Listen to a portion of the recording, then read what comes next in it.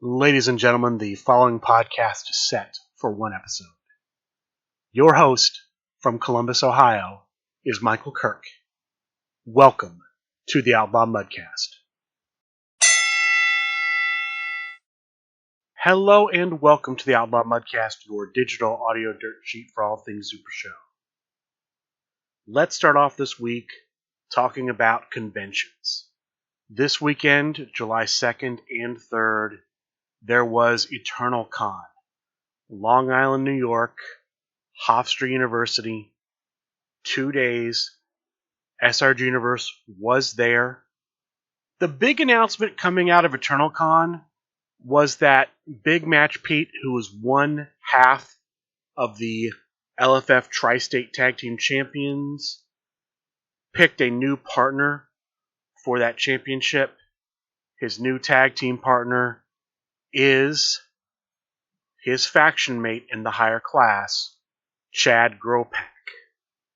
As far as potential opponents they'll be facing, nothing has been announced as of yet. We could possibly see a contender tournament. Who knows? There were a couple of featured matches that took place at Eternal Con. Some local championships, some matches for membership rings. If you're curious about that, those were posted in the SRG Supershow discussion group on Facebook. There were 3 promo cards put out, available for sale at Eternal Con. Those cards have also been made available on supershowthegame.com. So if you want to pick those up, you can. The ones that were at Eternal Con had the Eternal Con logo on them. The ones online, as far as I know, do not. So there's that difference. Otherwise, they're exactly the same. We also had a new Tornado tag team come out, Twist and Aggression.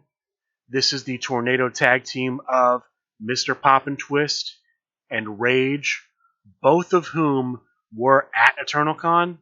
Rage, Mr. Pop and Twist, and I believe Chaos, who is Rage's valet and his daughter.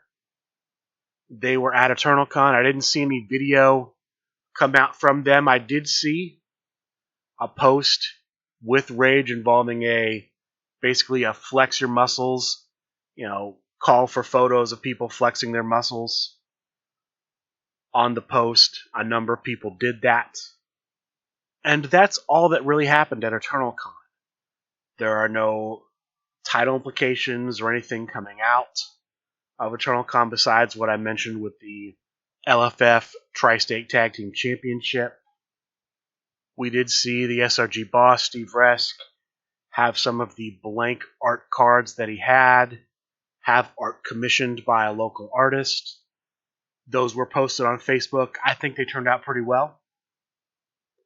I don't know if that'll be prize support or if that'll be for sale, but those are out there. Both the competitor cards that were in that initial wave of blank competitor cards, El Super Hombre, Snake Pit, The Big Shot, Rising Sun, Sage the Wiccan Witch, and Gia de los Muertos. I believe there was also some art done involving the black and white entrance gear cards from Ikuzo. That was all posted on the Facebook discussion group, so check that out if you're interested in that. Upcoming conventions. I've talked about Southern Fried Gaming Expo. We do have a match card, roughly, for what's going to be at Southern Fried Gaming Expo. The Deep South Championship will be on the line. The current champion, Bob Dunn, will be defending against Practicite Jeremy Steigerwald. The Deep South Tag Team Championships will be on the line. The current champions, the Mott Boys, Piglet, and Johnny Correa, will be defending against the team of Prince Butters and Chugonomics.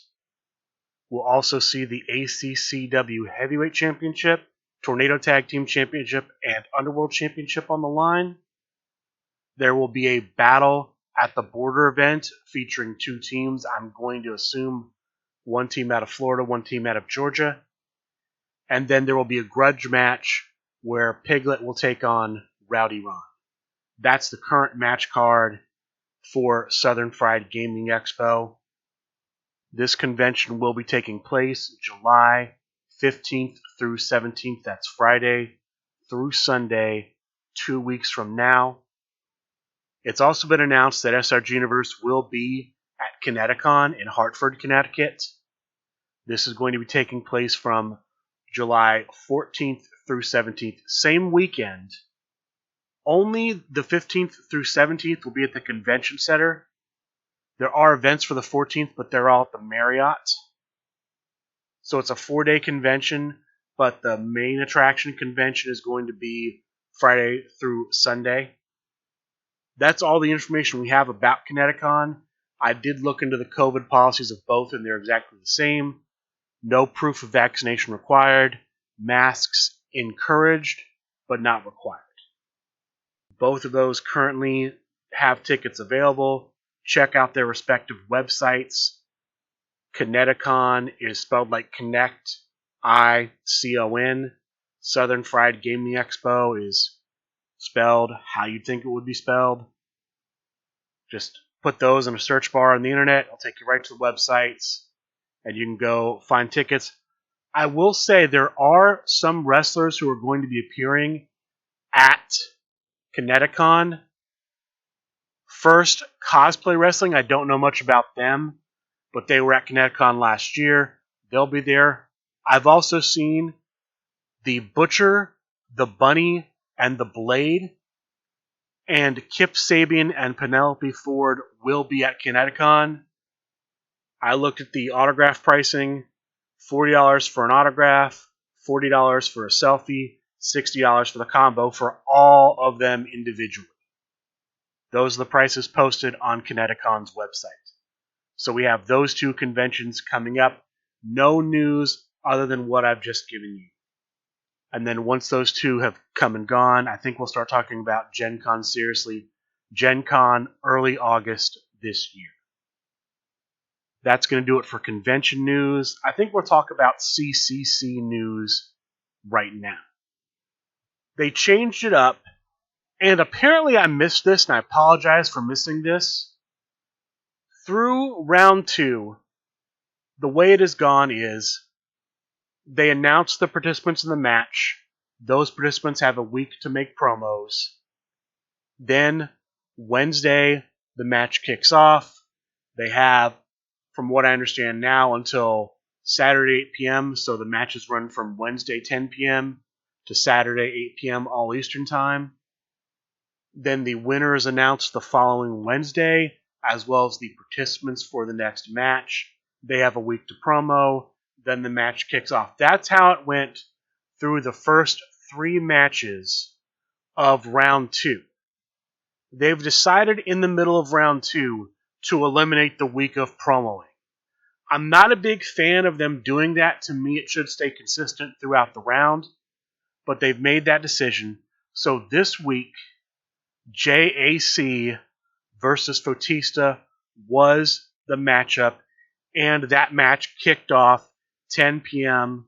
Wednesday night during Talk of the Universe toward the end, although there was a match after Talk of the Universe that was streamed as part of the broadcast. I'll talk about that later. But that match kicked off, ran almost 3 days, and it is one criticism I have. They continue to post in the posts on Facebook that the matches run 48 hours and that they end Saturday at 8 p.m. Saturday at 8 p.m. from Wednesday at 10 p.m. is about 70 hours, not 48. So I wish they would fix that going forward to give people a more accurate view of the time. I've talked about the format before on Facebook and on Twitter. You post a hashtag, a GIF, a meme, and a video. You can do up to 4 for who you're voting for, up to 1 of those posts each. On Facebook, I believe the hashtag is 1 point, the GIF is 2, the meme is 3, the video is 4. It's similar on Twitter, except on Twitter, the meme and the GIF are reversed. The meme is 2 points, the GIF is 3. I don't know if that's an accident or if that's intentional, but that's currently what is written on the posts. And then on Instagram, you can just post the hashtag, and that's worth 1 point. I only looked at the Facebook and the Twitter from this past contest. I did not get to check out the Instagram. I did try Wednesday night. It was not up Wednesday night. Neither was the Twitter. The Twitter did not go up until Thursday, which I wish they'd do a little bit better there and have everything go live at once. But no, the Facebook went live first, Twitter later, and I did not get to check on the Instagram. Giving a glance, just looking at the Facebook post as well as the Twitter, based on my, quick math, just looking at it, it appears to me that JAC has won match number 4 in round 2 of the 2021 CCC. Nothing is official until Wednesday when Pat Mulligan announces it, but that is what I saw from the contest. JAC will be moving on. He'll be joining Johnny Correa, Lauren Santiago, and Vicious Vic Vandal in round 3. The other 2 matches have been announced. The next match in round 2, match number 5, starting July 6th at 10 p.m. Eastern and running until July 9th at 8 p.m. Eastern, is going to be the Memes Dealer versus Time Bomb Tim. Time Bomb Tim getting through by winning his match in round 1. The Memes Dealer winning the fan vote to advance to round 2. They should be putting their promos out now, and their match kicks off Wednesday at 10 p.m. Following that, July 13th, we're going to see Harvey Luster versus Private Cuddles. Private Cuddles won his match in round 1. Harvey Luster was chosen by Pat Mulligan and Steve Resk to go on to this round. Presumably, they'll start promoing after the Memes Dealer and Time Bomb Tim's match concludes. But at this point, since people know who their matchups are, they can start promoting right now. They can start their campaigns right now for round 2 of the CCC. Will that happen? It remains to be seen. As of right now, I haven't seen anything from the remaining 4. That could change as we get closer to their matches. That's where we are right now with the CCC. Effectively 2 weeks remain.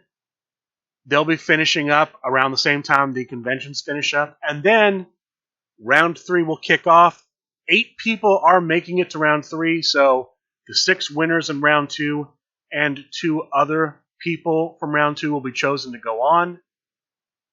I am really hoping they do not do the Facebook tag round this year, but that may be the next round. We'll just have to wait and see. Let's talk about some championship matches and other things involving LFF championships. There were 2 LFF championship matches this week. We had a trios match. The trios champion, Rowdy Ron, playing his Think Tank, defended against the Dread Pirate tech support, Simon Strauss, playing as Warlords of the Sea.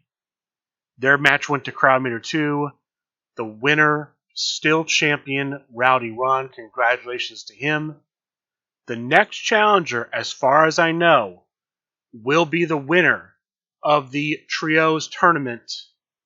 Right now, the Trios tournament finalists are myself playing as Ursus the Wrestling Bear and Michael Kerr playing as the Elite. There has been no update on when that match will happen. I will give you that information when I have it. The other championship match from this week, Wednesday night, the LFF Tornado Tag Team Championship on the line after Talk of the Universe. The champion, Ryan Pierce, playing as Polka Dot Tea Party, took on the challenger, the Italian Bombata Chris Pagillo, playing as Cheer and Fear. The Italian Bombata was looking forward to get this Trios Championship because if he won, he would make the case that he is the second Grand Slam champion. He has been the LFF World Heavyweight Champion. He has been the LFF Underworld Champion. He has been the LFF Trios Champion. As far as the Tag Team Championship is concerned, he did not hold the LFF Tag Team Championship, but he did hold the Underworld / Real Tag Team Championship.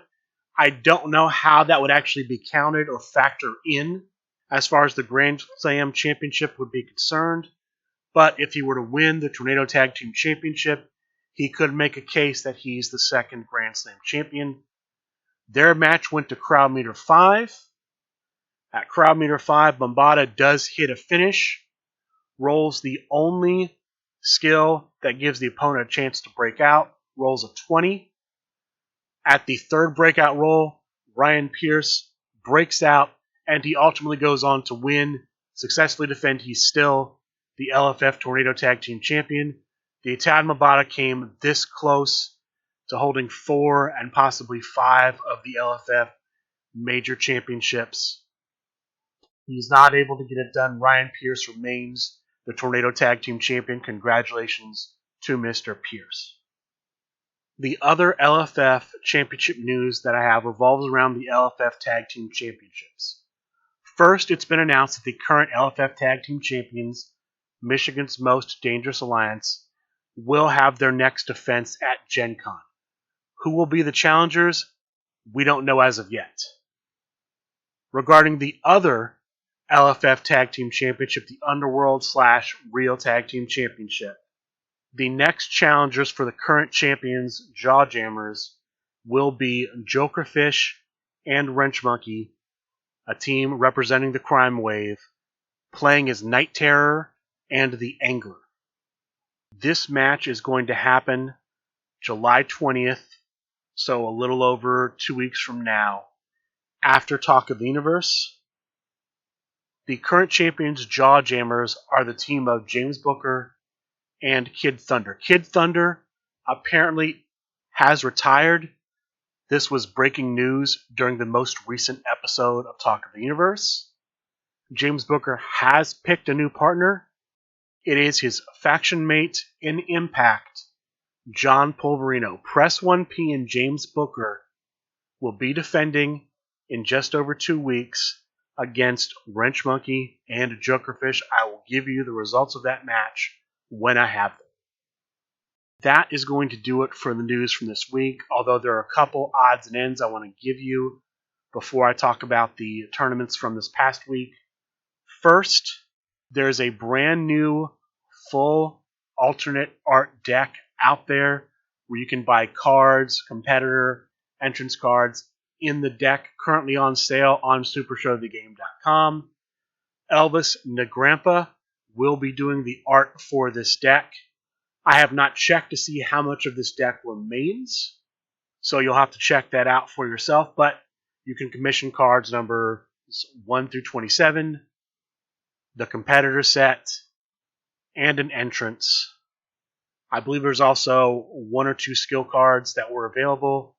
Again, I don't know how much remains, but you can find all the pricing on supershowthegame.com. And speaking of supershowthegame.com, as I've been recording this, the general manager made a post that from now until July 5th, there will be a special on supershowthegame.com.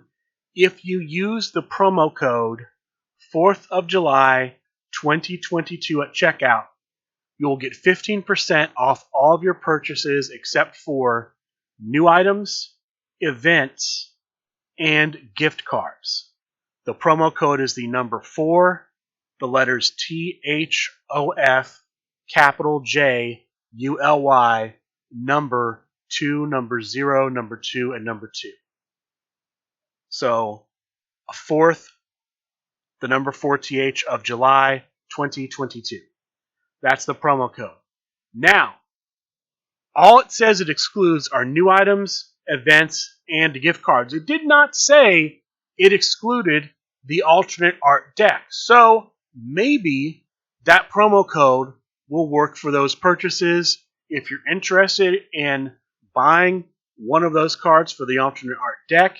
It's certainly worth trying to use the promo code if you buy one of those cards. Now let's talk about the two tournaments from this past week online. First, we had the Monday night event, Monday Night Noise, hosted by Loudmouth Leo Larynx. I don't have all of the results, but I can give you the top three. The top three were, in third place, Jennifer Harvey as Chris Pate as Ricky Riot. In second place, the Cannoli as the corrugated cardboard villain. And the winner of Monday Night Noise, Time Bomb Tim as Ellis Taylor. Congratulations to him for winning Monday Night Noise. The other online tournament from this week, we have Chibi's Thursday Night Fights. There were 31 players, 7 groups of 4, 1 group of 3. Top 2 from each group advanced, so there was a cut to a top 16. In the round of 16, all of the matches were played using New York rules. In the quarterfinal round, all of the matches were played using the Psycho Circus stipulation. In the semifinal round, all of the matches were played using the Beast Unchained stipulation. And the finals match and the third place match were played using the main event stipulation. In fourth place, playing as Ellis Taylor, Monday night's winner, Time Bomb Tim. In third place, playing as Candyman Dan, was Candyman Dan himself. The finalists were the Grump Danny Thunder, playing as Hiroshi Tanahashi, and the Big Guy playing as the Big Guy, with the Grump Danny Thunder winning. From what I understand, this is the 5th Thursday Night Fights tournament he has won in a row. Congratulations to the Grump for having just an incredible performance Thursday nights. Now, as I am recording this, there are 2 things scheduled for Sunday night, July 3rd. There is a Boss Roddy Beatdown tournament that is starting essentially as I'm recording this, and there is an upcoming Sunday Night Fights card happening as I'm recording this. I wish that they would not have scheduled both of these to take place, because it forces players to choose between either playing in the tournament or watching featured matches. I will end up watching the featured matches so I can report on that to you. I will try to report on those featured matches. If I'm able to, you will hear a little static toward the end of the show, and I will give you that information. If I can't, then the show will just end normally. As far as the tournament, that almost certainly will not be wrapped up before this episode is published, so I will have to give you the results of the Boss Roddy Beatdown tournament next weekend. Speaking of next weekend, this is relatively breaking news. I cannot guarantee this is not a promise, but it looks like the finals match of the Trios Contender Tournament will be on the July 10th episode of Sunday Night Fights. So, look out for that. As far as tournaments upcoming for next week, there is currently nothing listed on supershowthegame.com, but don't be surprised if there's an event Monday, if there's an event Thursday, and look for Dojo to happen Tuesday night. And I have the results of the Sunday Night Fights matches. There were 2 matches on Sunday Night Fights. The first match was kind of a grudge match between Deep South and the LFF Tri-State. We had Thebes Pinkney representing the Tri-State playing as Kenny Omega versus Micah Swafford representing Deep South playing as Johnny Gargano. This was a relatively short match. It went to crowd meter 0 with the winner, Micah Swafford, Deep South, coming out on top over LFF Tri-State in this match. As a result, this will affect a stipulation at Southern Fried Gaming Expo. I don't have more details than that. The other match is the next match in the top cut of the Brains CAC Impatience Tournament. This is a fatal four-way match. We saw Nick Baxter as the Mark Jeff Bravo versus Fotista as the Man from IT versus Vicious Vic Vandal as Public Enemy number 1 versus Split as CJ Sparra. There was a bit of a delay with Fotista joining the match. He did not actually join the match until the match had already hit crowd meter 2. As a result, he has to come in. He can't even have an opening hand. He does manage to kind of crawl his way into the match and be somewhat of a factor. In the end, at crowd meter 2, the winner moving on to the next round of the Brains tournament, Nick Baxter as the Mark Jeff Bravo. Congratulations to Nick Baxter for winning this match. With that being said, that is going to do it for this week's episode of the Outlaw Mudcast.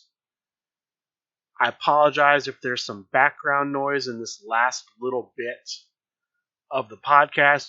There were fireworks going off as I was recording it. But that is going to do it for this week's episode. I'd like to thank all of you for listening, and a good day.